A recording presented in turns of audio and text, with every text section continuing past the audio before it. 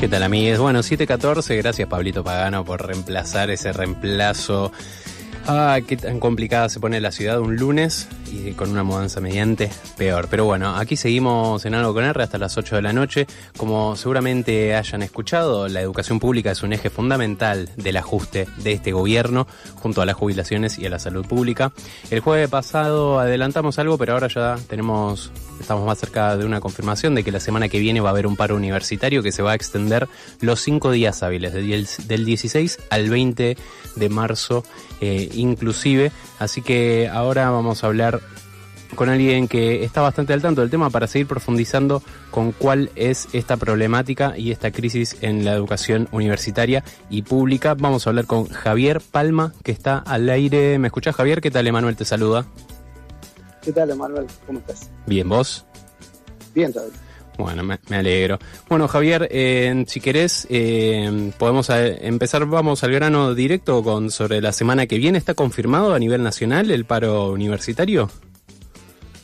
Sí, la semana que viene hay un paro universitario a nivel nacional de las federaciones docentes, dos de ellas paran toda la semana, una solo el día lunes, pero va a ser seguramente una medida muy fuerte, y en el caso de nuestra federación, que es la CONAVE Histórica, nosotros ya tenemos votado paro para la semana del 30. Además de la semana que viene, también otro paro de la misma índole, digamos, así como 5 días hábiles de paro. Toda la semana del 30 de marzo es una semana corta, pero ahí tenemos todo ya votado, ese plan de lucha. Te comento que, por ejemplo, nuestra asociación de base, que es la Asociación Gremial Docente de la UBA, la AGD, votó paro por tiempo indeterminado. Y esta misma medida ha sido votada por innumerables sindicatos a nivel nacional. Pero es decir, estamos en un momento en el cual se vota o paro por tiempo indeterminado o paros semanales, pero las medidas son fuertes, la situación es muy grave y la respuesta tiene que ser contundente y urgente. Claro. Y en eso estamos. Perfecto. Bien, entonces decías que es una semana corta. Aprovecho para recordar a la gente, la semana del 30 de marzo va a ser corta para algunos privilegiados, porque el jueves y el viernes sería la semana de Pascuas, que se suelen decretar días no laborables o también feriados, sobre todo el viernes. Retomamos entonces, Javier, para quien se acaba de sumar, estamos hablando con el secretario general de la AGD de la UBA Sociales, y reiteremos cuáles son los pedidos y por qué se convoca el paro. Yo tengo entendido que se está haciendo un pedido a paritarias, que el último momento que tuvieron fue en diciembre, corregime si no es así, y por debajo de la inflación, y al día de hoy, o por lo menos hasta el 31 de enero, es más de un 50% de la pérdida del salario en términos reales que tienen los docentes universitarios. Exactamente.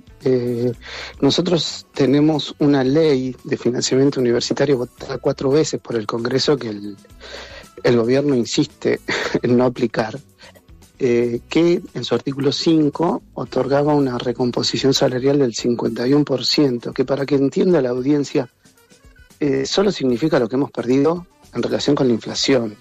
No es que nos estamos enriqueciendo, ni mucho menos. Y para darles un dato aún más gráfico, implica un 51% de designaciones parciales, que el básico son 180.000 pesos. Claro. O sea, es el 50 de 180. ¿Qué es lo que pretende hacer el gobierno? Cambiar esa ley por otra, con la cual ya está negociando y ya la ha presentado al Congreso y está negociando sus votos, en el cual ese 51% pasan a ser 3 cuotas de 4. Un 12% en 3 cuotas a lo largo de todo el año. Respecto a la paritaria, y también para que vean la magnitud de los agravios que estamos enfrentando, nosotros no tenemos paritaria. Desde que asumió el gobierno de Milei no se reconocen como parte empleadora, y lo único que hacen es otorgar aumentos unilaterales que son irrisorios, en relación con cualquier indicador de la economía, puntualmente con la inflación. Vos recordabas que el último aumento nuestro es de diciembre, yo los invito a que ustedes revisen el índice de diciembre, y siempre estamos 2 o 3 puntos abajo de la inflación porque los aumentos son del 1%, del 1,5% en el mejor de los casos, 1,2% o como en los últimos 2 meses, de 0%. Uh-huh. Y no tenemos una instancia de negociación paritaria, que la ley de financiamiento universitario también en su articulado proponía. Se establezca una paritaria que el gobierno desconoce.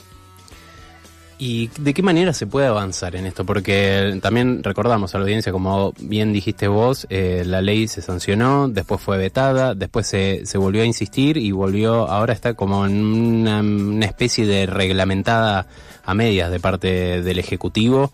¿Cuál sería el siguiente paso? Creo que ya es algo un poco más judicial, pero sí, ¿cómo se puede presionar más? En plena cuestión de judicialización, y seguramente llegue a la Corte Suprema de Justicia. Le han permitido al gobierno que en el durante, mientras dure la judicialización, le han permitido la apelación, lo cual es una brutalidad de la justicia, digamos, porque en realidad debería aplicarse y en todo caso después volver, si el fallo es contrario, ¿no?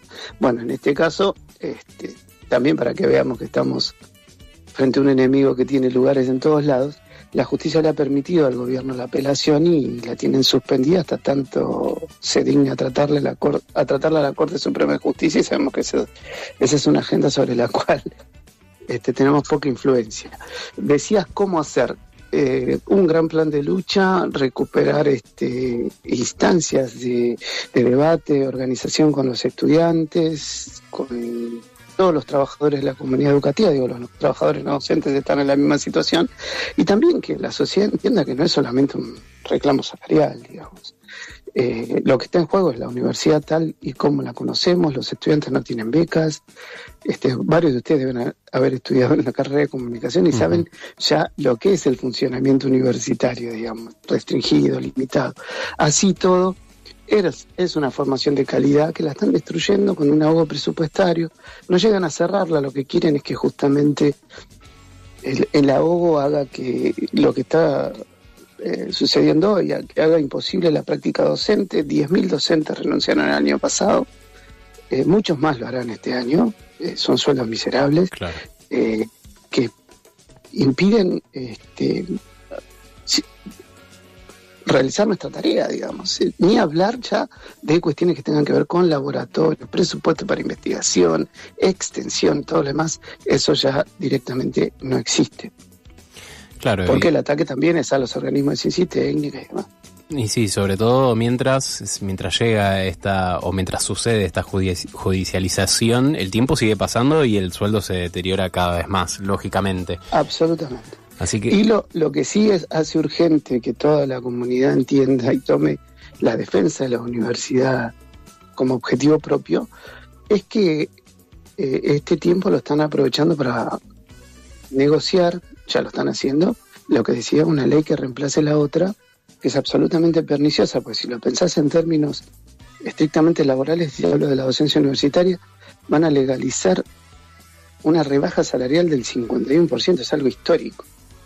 Que una ley vote un recorte salarial de esa magnitud es único en la historia. No podemos permitir que eso pase.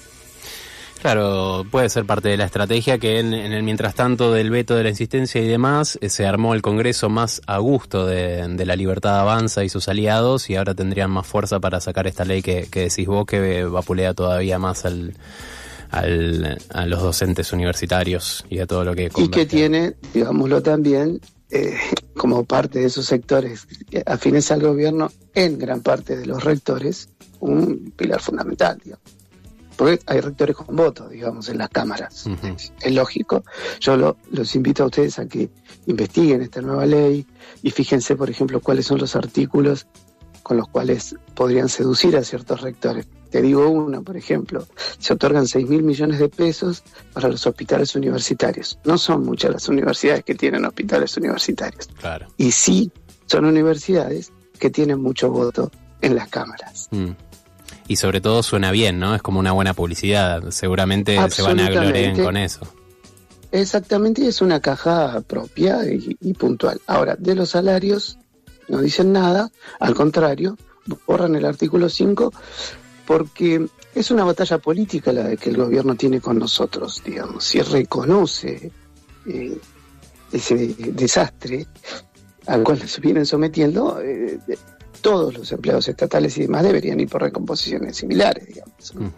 Somos un gremio más atacado por la motosierra, que en este caso nuestro triunfo sería una derrota importante para el gobierno. Por eso es importante señalar esto, señalarle a la sociedad que no se trata de no solamente, ¿no?, de un reclamo corporativo. Lo que está en juego es la universidad tal y como la conocemos, como derecho y de todos y de la sociedad en su conjunto. Sí, claramente. Todavía no solo se deteriora el sueldo de muchas personas, sino también las condiciones en las que uno puede estudiar o puede acercarse al conocimiento, porque obviamente con toda esta sistematización que propone el gobierno, cada vez se traba más. Estamos teniendo, por suerte, en motivos de la sociedad, pudimos ver marchas universitarias federales muy convocantes en la calle, y todavía igual no alcanza para que se pueda volver a un ciclo lectivo un poco más con una normalidad, en que la gente curse y estudie en condiciones normales, en que ustedes docentes puedan cobrar lo que se merecen, y más todavía porque, bueno, volviendo al dato que nos tirabas más al principio, estábamos hablando de un sueldo de aproximadamente 180.000, que quizás aumenta un 50%, que eso... ¿Cuánto puede durar? Una semana para una persona que tiene que hacerse cargo de una casa, ni hablar de pagar un alquiler o gastos más grosos que todos necesitamos hacer.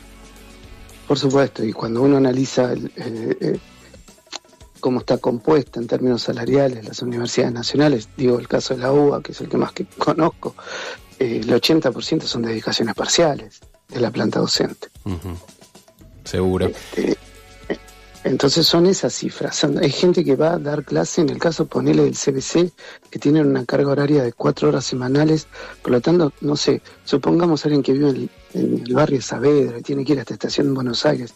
Son 2 colectivos, tenés como 1 hora de viaje, 2 días por semana, ir a dar clase y cobrar 200 pesos al mes.